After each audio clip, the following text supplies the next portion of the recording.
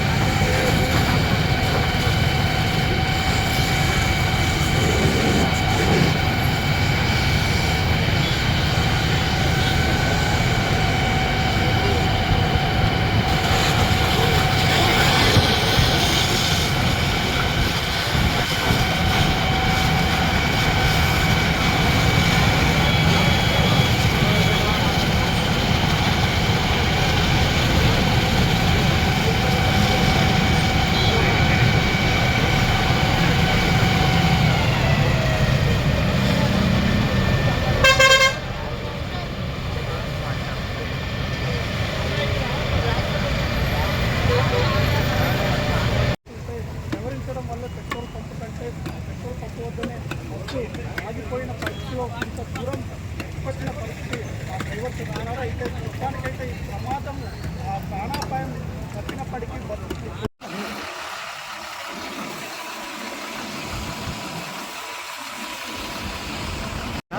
నేను కరీంనగర్లో ఈ బస్ ఎక్కాను. జస్ట్ కరీంనగర్లో స్టార్ట్ అయినాక బస్ స్టార్ట్ అయినాక ఒక 10 minutes అయిందనుకోండి.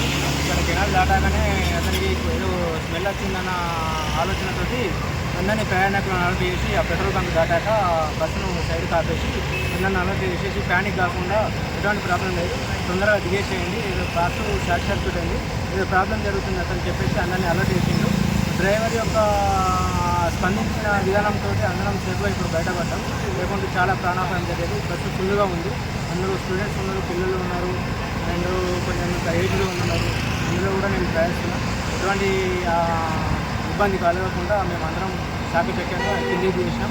తీసినాక కూడా ఒక 7-8 నిమిషాల దాకా అతను ప్రయత్నం చేసిండు. అందులో ఆ పని ఫైర్ ఆపేజ్ ఉంటాయి కదా, దాంతో చేసిండు, కానీ అది కాలేదు. కానీ అప్పటి వరకు ఒక 10 నిమిషాలకు బస్సు మొత్తం ఫైర్ అయిపోయింది. బస్సు మొత్తం నష్టం జరిగింది, కానీ ఎటువంటి ప్రయాణికులకు మాత్రం ఎటువంటి టైంకి వచ్చిందా మినిట్స్ పట్టింది వచ్చేవరకు. నేను 100కి కాల్ చేశాను.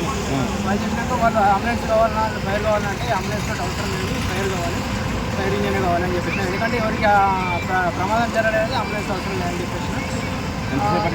జస్ట్ నేను 8:05కి చేసిన, 8:25 టైంలో వచ్చింది.